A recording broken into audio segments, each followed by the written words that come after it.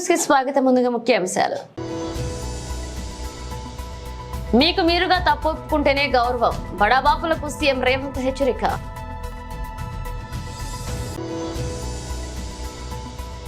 తెలంగాణ భవన్లో బీఆర్ఎస్ నేతలు press meet.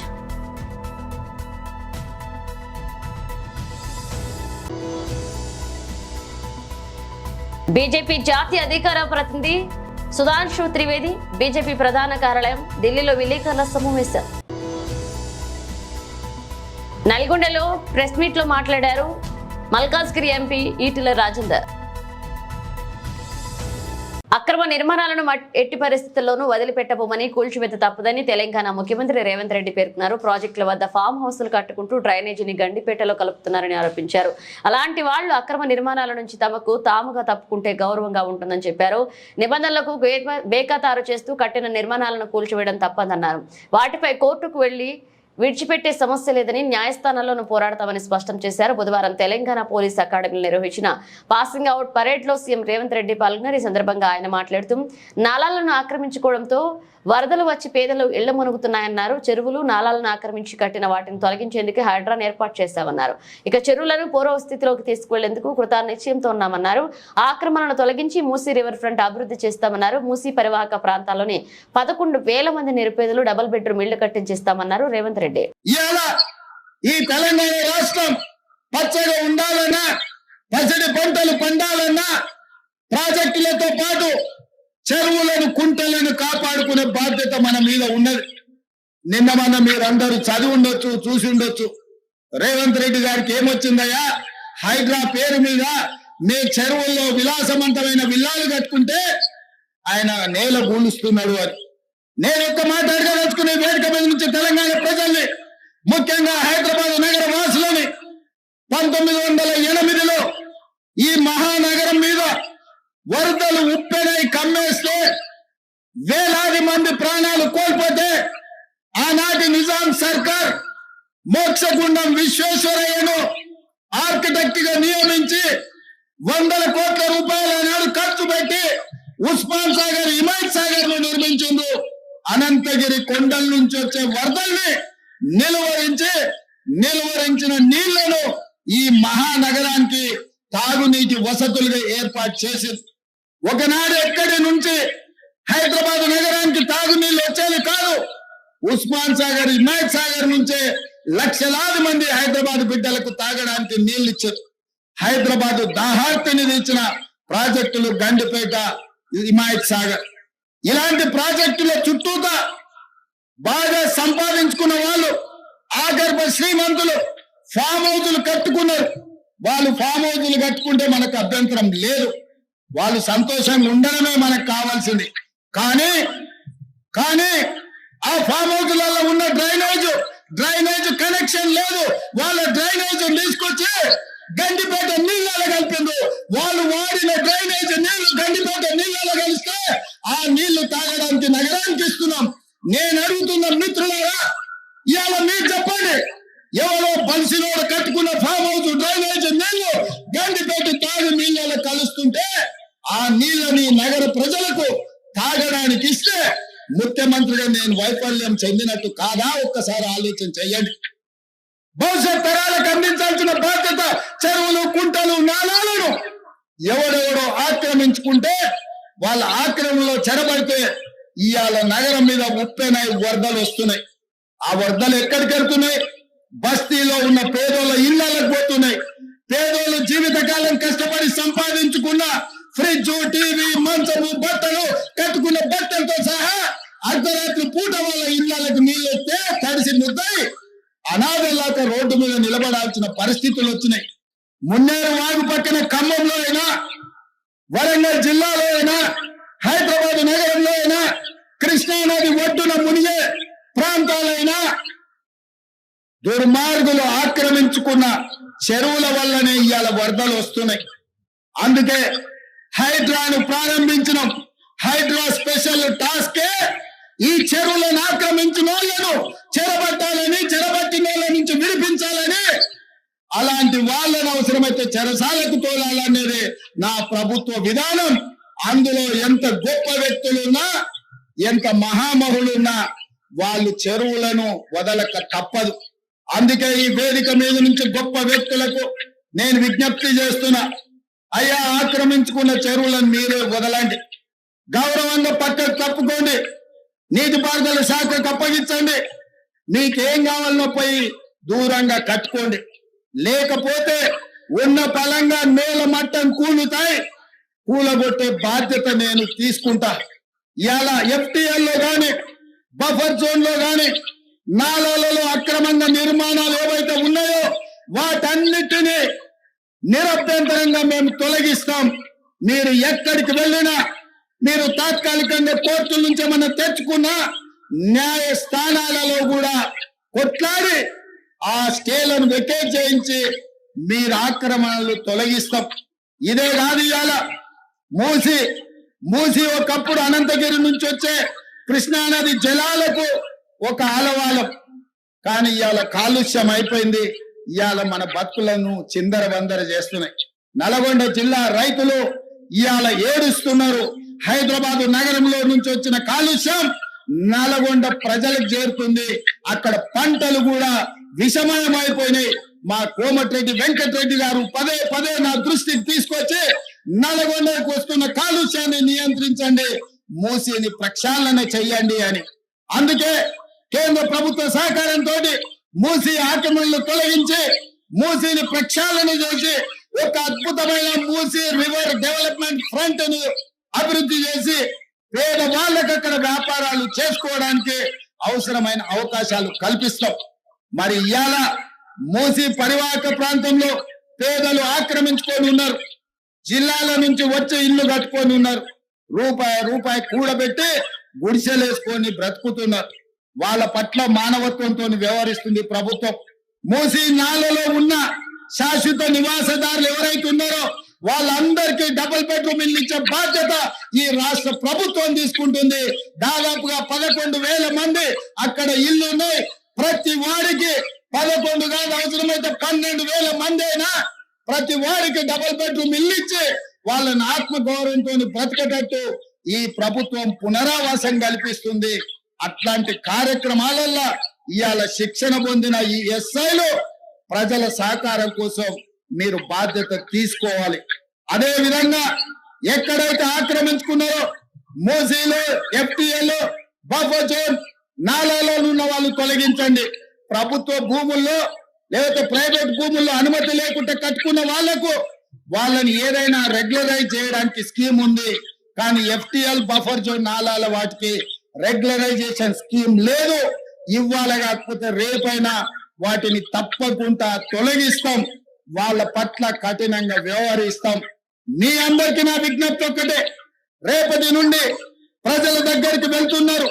Telangana ప్రజలకు విశ్వాసం, నమ్మకం కలిగించండి. మన రాష్ట్రంలో గంజాయి మాట ఎత్తాలన్నా, డ్రగ్స్ గురించి ఆలోచన చెయ్యాలన్నా తెలంగాణ భవన్లో బీఆర్ఎస్ నేతలు ప్రెస్ మీట్ లో మాట్లాడారు. ప్రత్యేక ప్రసారంలో చూద్దాం. డిస్క్వాలిఫికేషన్ పిటిషన్ ఏదో స్పీకర్ గారి దగ్గర పెండింగ్ ఉంది, దానిపైన ఎలాంటి చర్య చేపట్టలేదని చెప్పి ఒక కారణంతో మరి కౌశిక్ రెడ్డి గారు మేమిద్దరం కూడా మరి కోర్టుకి అప్రోచ్ కావడం జరిగింది. దానిపైన స్పష్టమైన తీర్పు అసెంబ్లీ సెక్రటరీ గారికి డైరెక్షన్ చేస్తూ తీర్పు ఇవ్వడం జరిగింది. అందరూ కూడా తెలిసిన విషయమే. 4 వారాల లోపల మరి షెడ్యూల్ ప్రకటించమని చెప్పారు. చర్య తీసుకునే విధంగా షెడ్యూల్ ప్రకటించమని చెప్పారు. మరి సెక్రటరీ గారిని డైరెక్ట్ చేశారు. దాంట్లో ఈ యొక్క ఇమ్మీడియట్గా మరి స్పీకర్ గారు ముందు మరి యొక్క పిటిషన్స్ అన్ని ముందు పెట్టి 4 వీక్స్ లోపల షెడ్యూల్ ప్రకటించకపోతే సుమోటోగా తీసుకొని హైకోర్టే దీనిపైన చర్య తీసుకుంటుందని చెప్పి చెప్పడం జరిగింది. దాంట్లో కూడా చాలా చాలా చక్కగా with due regards to the constitutional obligation కింద అసెంబ్లీని గౌరవిస్తూ, అంటే లెజిస్లేచర్ని గౌరవిస్తూ మరి చక్కటి నిర్ణయాన్ని ఇచ్చింది. అందరూ కూడా తెలంగాణ రాష్ట్రంలో కాదు యావత్ భారతదేశం అంతా కూడా దీన్ని స్వాగతించారు, ప్రజాస్వామ్యవాదులందరూ కూడా అని చెప్పి సందర్భంగా మనవి చేస్తున్నాను. అయితే మేము కూడా మా బాధ్యతగా పిటిషనర్స్గా తప్పకుండా మరి స్పీకర్ గారి కార్యాలయంలో సెక్రటరీ గారికి ఈరోజు వారికి హ్యాండ్ ఓవర్ చేయడం జరిగింది. మరి తక్షణం మరి కాలయాపన చేయకుండా మళ్ళీ ఇంకా దీంట్లో లూప్ హోల్స్ వెతికే విధంగా, కాలయాపన చేసే విధంగా మాకు ఇంకా కంప్లీట్ మాకు జడ్జిమెంట్ రాలేదనే విధంగా మేము చూస్తూ ఉన్నాం, 2 రోజుల నుంచి చూస్తూ ఉన్నాం. బాధ్యత గల పదవిలో ఉన్నటువంటి మరి వ్యక్తులు, మరి అసెంబ్లీ వ్యవహార శాఖ మంత్రి ఉన్నటువంటి అసెంబ్లీ అఫైర్స్ మినిస్టర్ ఉన్నటువంటి శ్రీధర్ బాబు గారి స్టేట్మెంట్ కానివ్వండి, మరి అదేవిధంగా గతంలో మంత్రిలుగా పనిచేసినటువంటి కడియం శ్రీహరి స్టేట్మెంట్ కానీ, ఇవన్నీ కూడా ఇంకా మాకు జడ్జిమెంట్ కాపీ రాలేదు అని ఏదో దీన్ని టైంపాస్ చేసే విధంగా వాళ్ళ యొక్క మాటలు కనపడతా ఉన్నాయి. కాబట్టి దీంట్లో ఎలాంటి అంటే ఎప్పుడైతే ప్రజాప్రతినిధిగా ఎమ్మెల్యే కానీ ఎంపీగా ఎన్నికబడ్డప్పుడు ఇమీడియట్గా ఆ మూమెంట్ ఉండే వారికి సర్టిఫికేట్ ఇచ్చేసి ఈ రకంగానైతే అన్ని మరి హోదాలు అన్ని యొక్క అవకాశాలు కల్పిస్తారు. అదేవిధంగా ఈ డిస్క్వాలిఫికేషన్ పిటిషన్ మీద కూడా ఇమీడియట్గా రెస్పాండ్ కావాల్సిన బాధ్యత మరి స్పీకర్ గారి కార్యాలయం కానీ స్పీకర్ గారి పైన ఉంది. కాబట్టి వారిని గుర్తు చేయడానికి తప్పకుండా మరి తక్షణం దీనిపైన యాక్షన్ తీసుకోవాలని చెప్పి ఉద్దేశంతోనే ఇవ్వడం జరిగింది. మేము మొన్న కూడా మాట్లాడినప్పుడు కూడా మేము చాలా స్పష్టంగా తెలియజేశాం, కేవలం 4 వారాలు ఉన్నది కాబట్టి 4 వరకు వెయిట్ చేయకుండా ఇమీడియట్గా షెడ్యూల్ ప్రకటిస్తే మన శాసనసభ అంటే లెజిస్లేచర్ యొక్క గౌరవాన్ని కాపాడడం వాళ్ళం అవుతాం. దీని యొక్క ఔన్నత్యాన్ని, దాని యొక్క ప్రతిష్టని, దాని యొక్క స్పిరిట్ని కాపాడాల్సిన అవసరం ఉంది. కాబట్టి దీని మీద యాక్షన్ తీసుకోవాలి. అంతేకాకుండా గతంలో మేము బీఆర్ఎస్ పార్టీస్ డిమాండ్ చేశాం, మిగతా 7 సంబంధించినటువంటి డిస్క్వాలిఫికేషన్ పిటిషన్ కూడా ఆల్రెడీ స్పీకర్ గారి కార్యాలయంలో ఆల్రెడీ స్పీకర్ గారికి మా అందరి చేతుల మీదుగానే అందరం శాసనసభ్యులు మనం వారికి ఇవ్వడం జరిగింది. కాబట్టి దానిపైన కూడా ఈ 4 వారాల్లో తీసుకొని షెడ్యూల్ ఇస్తే మరి మన యొక్క లెజిస్లేచర్కి గౌరవాన్ని కాపాడిన వాళ్ళం అవుతామని చెప్పేసి నేను స్పీకర్ గారిని మరి పర్సనల్గా కోరదలుచుకున్నాం. కానీ ఈరోజు స్పీకర్ గారు సెక్రటరీకి మేము కోరుతా ఉన్నాం తక్షణం ఆ చర్య తీసుకోవాలని చెప్పేసి.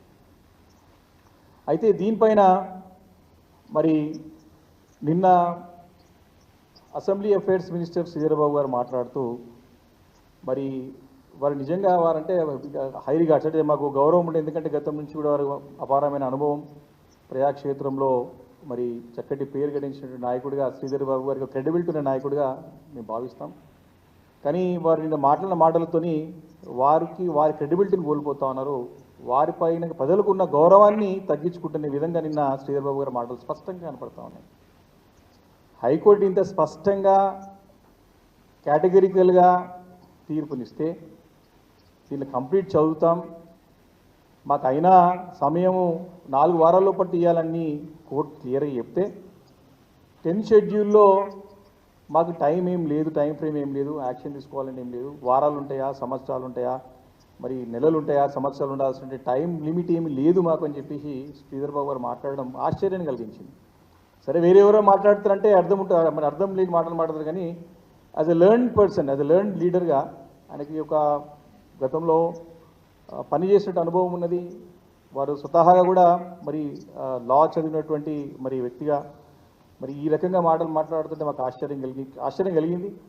మరి వారు సభా సాంప్రదాయాన్ని, సభ యొక్క గౌరవాన్ని, అసెంబ్లీ లెజిస్లేటివ్ గౌరవాన్ని కాపాడే విధంగా వారి చర్యలు ఉంటాయేమనుకున్నాం. కానీ ఈ రకంగా దాటివేసే ధోరణిలో మాట్లాడడాన్ని మాత్రం తీవ్రంగా మేము ఖండిస్తూ ఉన్నాం. దాన్ని అంటే ఎట్లయిపోయిందంటే శాస్త్రం చెప్పే బల్లి కుడుగులో పడ్డట్టు ఉంది. అంటే వారు ఇంత చక్కగా అన్ని తెలిసిన వ్యక్తి ఈ రకంగా మాట్లాడడం, మరి కోర్టుని గౌరవిస్తూ అనుకుంటేనే మరి కోర్టుని అగౌరవపరిచే విధంగా మాటలు మాట్లాడినారు. వారు శ్రీధర్ బాబు గారు కూడా స్పష్టంగా వారు కూడా తెలుసు, సుప్రీంకోర్టు యొక్క ఫుల్ బెంచ్ ఈ యొక్క అనర్హత పిటిషన్స్ పైన గతంలో చాలా క్లారిటీగా తీర్పు ఇచ్చింది 3 నెలల లోపల. ఎందుకంటే ఒక శాసనసభ్యుడికి కానీ పార్లమెంట్ సభ్యుడికి కానీ 5 సంవత్సరాలు మనకి డ్యూరేషన్ ఉంటుంది. సంవత్సరాల కొద్దీ మీరు దీన్ని కాలయాపన చేస్తే స్పీకర్ గారు, any speaker like parliamentary speaker కానీ అసెంబ్లీ స్పీకర్ కానీ, దీనిలో ఎక్కడ న్యాయం జరుగుతుంది, ఎక్కడ మరి సరిదిద్దే ఒక అవకాశం ఉంటుందని చెప్పి సుప్రీంకోర్టు ఫుల్ బెంచ్తో పాటు చీఫ్ జస్టిస్ కూడా మరి కాన్స్టిట్యూషనల్ బెంచ్ కూడా దీన్ని కన్ఫర్మ్ చేసిన సంగతి పదే చాలా సందర్భాల్లో చూసినాం. వారు కూడా తెలుసు. ఈరోజు చట్టం ఈరోజు అమల్లో ఉంది. హైకోర్టు కూడా సుప్రీంకోర్టు ఒక తీర్పు మాకు మార్గదర్శకం, దాని అనుగుణంగా ఈ తీర్పునిస్తున్నామని చెప్పారు. బీజేపీ జాతీయ అధికార ప్రతినిధి సుధాంశు త్రివేది బీజేపీ ప్రధాన కార్యాలయం ఢిల్లీలో మాట్లాడుతున్నారు. అలా చూద్దాం. मित्रों, श्री राहुल गांधी जी अपने चिर परिचित अंदाज में विपक्ष में हैं और चित्र विचित्र प्रकार से भारत विरोधी विश्व वमन में संलग्न है। परंतु इस बार जो हुआ है वो अपने आप में बहुत गंभीर और पूरे देश के लिए विचारणीय है। वे भारत के इतिहास के पहले नेता प्रतिपक्ष बने हैं जिन्होंने किसी घोषित भारत विरोधी सांसद के साथ मुलाकात करके अपने मधुर मनोभावों की अभिव्यक्ति की है। अमेरिकी सांसद इलान उमर जो भारत विरोधी वक्तव्यों और स्टैंड के लिए विख्यात ऑब्लिक कुख्यात हैं, जिनके की विषय में एक सर्वविदित सत्य है कि पाकिस्तान गवर्नमेंट के द्वारा ले जाए गए उन चुनिंदा अमेरिकी सांसदों में से एक थी जिन्हें पाक अधिकृत कश्मीर में ले जाकर पाकिस्तान की गवर्नमेंट की तरफ से विजिट कराया गया था। ये अनेक मौकों के ऊपर ऐसे बयान दे चुकी हैं जो सीधे मुस्लिम ब्रदरहुड और आईएसआई के लिए प्रत्यक्ष अथवा परोक्ष रूप से सहानुभूति दर्शाते हैं। राहुल गांधी जी भारत के इतिहास के पहले नेता प्रतिपक्ष बन चुके हैं जिनका नाम एक समय पर पाकिस्तान ने संयुक्त राष्ट्र संघ में भारत विरोधी अपने वक्तव्य में प्रयोग किया था, और आज अपने उनके भारत विरोधी मित्रों की श्रृंखला में एक और उपलब्धि राहुल गांधी को प्राप्त हुई है। He has further added another feather to his cap of anti India friends, जब पन्नू ने उनकी तारीफ की है, यानी पाकिस्तान से लेके पन्नू तक के और इलान उमर तक उनकी तारीफों में जो पुल गढ़े जा रहे हैं उसमें एक नया नाम और भी है। ये जनाब हैं मुशफिकुल फजल। ये वो पत्रकार हैं, आप सबको ध्यान हो, जिन्होंने व्हाइट हाउस की प्रेस कॉन्फ्रेंस में और यूएन स्पोक्स पर्सन से अरविंद केजरीवाल के बारे में, अरेस्ट के बारे में सवाल पूछा था। ये है वो महोदय। अब आइए साहब, और ये महोदय जो हैं, देखिए कितने मधुर भाव से सेल्फी ले रहे हैं राहुल गांधी जी के साथ। और राहुल गांधी जी और उनके चच्चा जो बता चुके थे कि वेस्ट वाले अरब से आए हैं। నల్గొండలో ప్రెస్ మీట్ లో మీడియాను ఉద్దేశించి మాట్లాడారు మల్కాజ్గిరి ఎంపీ ఈటెల రాజేందర్. ఒక్క మాట చెప్పాలంటే వరుసగా కురుస్తున్నటువంటి వర్షాల వల్ల ఒక గోడలన్నీ కూడా ఫంగస్ వచ్చి ఇళ్లకు నీళ్ళు వచ్చి గుడిసెలు రేకుల షెడ్లు దుర్గంధపూరితంగా మారిపోయినాయి. మామూలు జనాలు కాకుండా జనాలంటూ వస్తే 15 రోజులు 20 రోజులు వ్యవస్థలు ముఖాలు లేవు, బోన్స్ అన్ని కూడా నొప్పి పెట్టినాయి. ఎప్పుడు చూడలే ఇట్టాడు అని చెప్పి వైరల్ ఫీవర్స్ కి ఆరోగ్యశ్రీ అట్రాక్ట్ అయితలేదు, మామూలు జనాలకు ఆరోగ్యశ్రీ అట్రాక్ట్ కాదు. ఆయుష్మాన్ భారత్ లో ఇలాంటి వాటికి స్కోప్ ఉన్నప్పటికీ కూడా మా దగ్గర గొప్ప స్కీమ్ ఉంది, వాళ్ళ స్కీమ్ మాకేందన్నట్టుగా వాళ్ళు చూస్తూ ఉన్నారు. ఒక మాటలో చెప్పాలంటే ఒక ఊర్లో ఏంటైనా వైరల్ ఫీవర్ అందరూ అన్ని కుటుంబాలు రాకుండా పోతలేదు. గ్రామాలే దవాఖాన పాలవుతున్నారు. వర్ష పెట్టిపోతుంది మునిగి పెట్టినట్టే. ప్రభుత్వం దీని మీద ఎక్కడ కూడా పెద్ద దృష్టి పెట్టినట్టు, అట్లా పేపర్లు రాయించుకోవడం, ఇవాళకి మేము రిక్రూట్ చేస్తామని చెప్పడం చేస్తుంది తప్ప ఎక్కడ లేదు. నేను ప్రభుత్వాన్ని డిమాండ్ చేస్తున్నా, మీరు మొన్న ట్రాన్స్ఫర్స్ ఏదైతే చేసిండ్రో ఎక్కడ పేషెంట్ అవసరం ఉంటుందో అక్కడ డాక్టర్లు ఉండాలి, నర్సులు ఉండాలి. మిగతా పారామెడికల్ సిబ్బంది ఉండాలి. కానీ ఇబ్బడి చేశాడు, ఎట్లా పడితే చేశాడు. పేషెంట్ వచ్చే కానీ డాక్టర్ లేరు, డాక్టర్ కాడికి పేషెంట్ లేరు. ఇట్లా మొత్తం ప్రతి ఊర్లలో ప్రతి పట్టణాలలో కోట్ల రూపాయలు ఇవాళ ప్రైవేటు దవాఖాన పాలవుతున్న విషయం ఇవాళ చెప్పుకుంటూ ఏడుస్తూ ఉన్నారు. మనం ఈ ఖమ్మం పైన వరదలలో పోయినప్పటికీ కూడా వరద సమస్య కంటే ఈ సమస్య ఎక్కువ చెప్తున్నారు. మేము మెలుక్కు పోయినా లేకపోతే మాద్దారి పోయినా కూడా వరద సమస్య కంటే ఎక్కువ ఈ సమస్య చెప్తున్నారు. మేము మొన్న పట్టణంలో చెరువుల పక్కకున్న ఇల్లు కూలగొడుతున్నారు, చెరువులు నిండిపోయి మొత్తం కాళ్ళు నీళ్ళు వస్తున్నాయని చెప్పిపోతే కూడా ఇదే సమస్య చెప్తున్నారు. నేను ఒకటే ప్రభుత్వాన్ని విజ్ఞప్తి చేస్తున్నా, నియమనిషాలు లెక్క పెట్టకుండా ఈ డిపార్ట్మెంట్ 24/7 365 days పనిచేస్తే తప్ప ఈ డిపార్ట్మెంట్ నడవదు. కానీ ఎక్కడ కమిట్మెంట్ ఉన్నటువంటి పనిచేయాలని తపన ఉన్నటువంటి వాళ్ళు ఉన్నట్టుగా కనబడతలేదు. మొత్తం అస్తవ్యస్తం అయిపోయింది. మీరు ట్రాన్స్ఫర్ చేసుకున్నారు, అది మీ విధానపరమైన అది కానీ మాకు సంబంధం లేదు. ఎక్కడో కాడ సమీక్ష జరగాల్సి ఎక్కడైతే ఉన్నది, మందులు ప్రొవైడ్ చేసి అక్కడ ఉన్నది. అవసరమైతే ముఖ్యమంత్రి గారు చెప్పిండ్రు, ప్రతి నిత్యం నా బల్లాలను అందుబాటులో ఉంటా, ఎవరికి ఏ అవసరమన్నా కూడా మేము పరిశీలిస్తామని చెప్పిండ్రు. ముఖ్యమంత్రి అందుబాటులో ఉండరు. సీఎం యూనిఫామ్ కూడా చక్కగా లేవు, కొన్ని ప్రొసీజర్స్ ఉండవు, కొన్ని దవాఖానలకి ఉండవు, ఉన్నవాటి కూడా చక్కగా ఇచ్చే పరిస్థితి లేదు. 15,000 రూపాయలకు పనిచేసి ల్యాప్టాప్. వైసీపీ అధినేత మాజీ ముఖ్యమంత్రి వైఎస్ జగన్మోహన్ రెడ్డి ఈ రోజు గుంటూరులో పర్యటించనున్నారు. ఇక వైఎస్ జగన్ నిన్న సాయంత్రం బెంగళూరు నుండి తాడేపల్లి నివాసానికి చేరుకున్నారు. ఉదయం 10 గంటలకు తాడేపల్లిలోని తన నివాసం నుండి బయలుదేరి గుంటూరు సబ్ జైలుకు వైఎస్ జగన్ చేరుకుంటారు. టీడీపీ కేంద్ర కార్యాలయంపై దాడి కేసులో అండర్ ట్రయల్ ఖైదీగా ఉన్న జైల్లో ఉన్న మాజీ ఎంపీ నందిగాం సురేష్ ను జగన్ పరామర్శించారు. ఇక అనంతరం అక్కడ నుండి బయలుదేరి ఎస్వీఎన్ కాలనీలో క్రోసూరు మార్కెట్ యార్డ్ మాజీ చైర్మన్ ఈదా సాంబరెడ్డి నివాసానికి చేరుకుంటారు. ఇటీవల టీడీపీ శ్రేణుల దాడిలో తీవ్రంగా గాయపడిన సాంబరెడ్డిని వైఎస్ జగన్ పరామర్శిస్తారు. ఇక అక్కడ మధ్యాహ్నం బయలుదేరి నేరుగా తాడేపల్లి చేరుకుంటారు. మాజీ పార్లమెంటు సభ్యుడు సురేష్ తనను ఏ రోజు అరెస్ట్ చేశారు? ఇదే మనిషి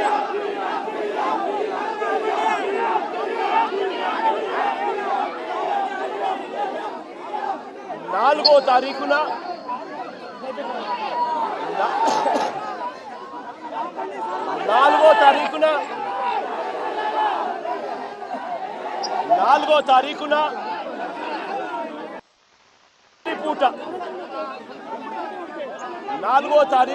రాత్రి పూట హైదరాబాద్కు వెళ్ళి సురేష్ను ఒక దళితుడిని, సురేష్ను ఒక ఎక్స్ ఎంపీని అరెస్ట్ చేశారు. నేను అడుగుతా ఉన్న, రాష్ట్రమంతా కూడా వర్షాలతో అతలాకుతలం అవుతా ఉన్న పరిస్థితులు. విజయవాడలో చంద్రబాబు నాయుడు గారి వ్యవహార శైలి వల్ల దాదాపుగా 60 మంది పైచీలకు మనుషులు చనిపోయిన పరిస్థితుల మధ్య చంద్రబాబు నాయుడు గారి ప్రభుత్వం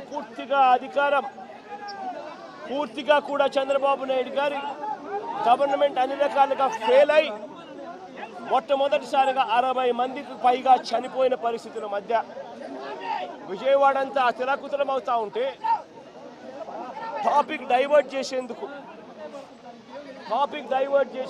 ఒక దళిత ఎంపీని 4వ తారీఖు రాత్రిని అరెస్ట్ చేస్తారు. విజయవాడ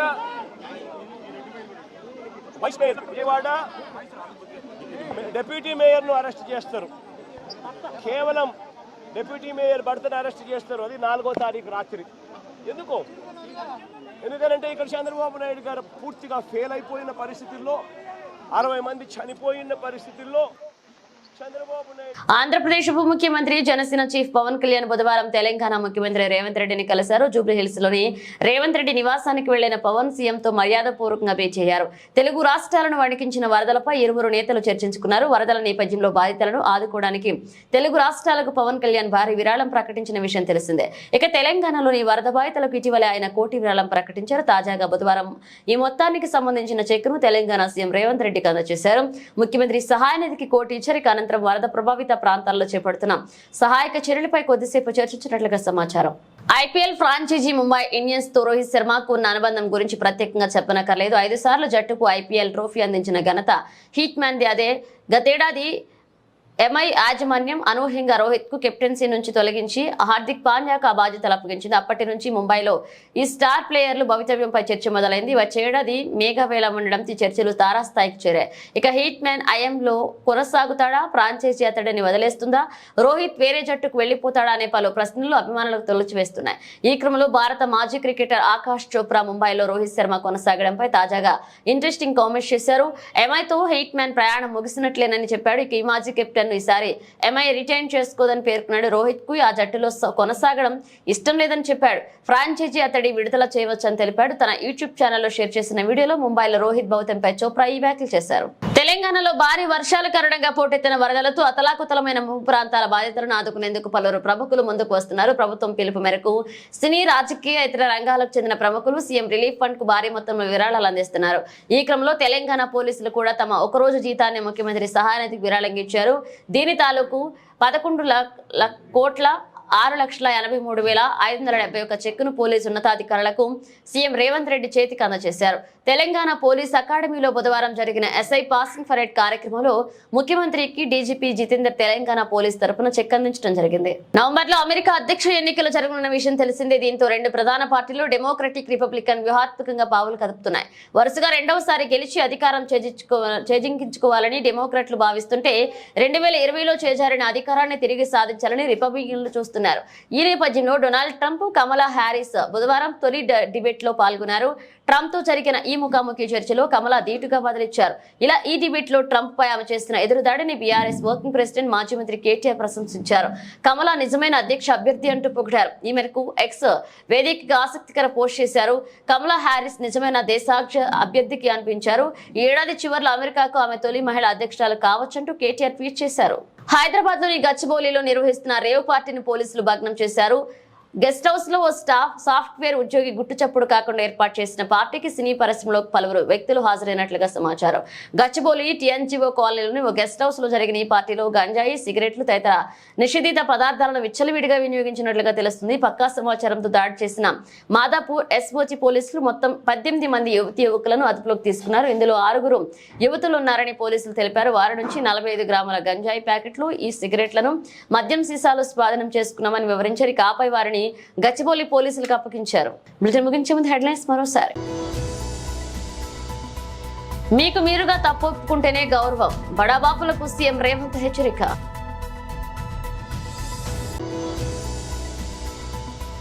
తెలంగాణ భవన్లో బీఆర్ఎస్ నేతలు ప్రెస్ మీట్.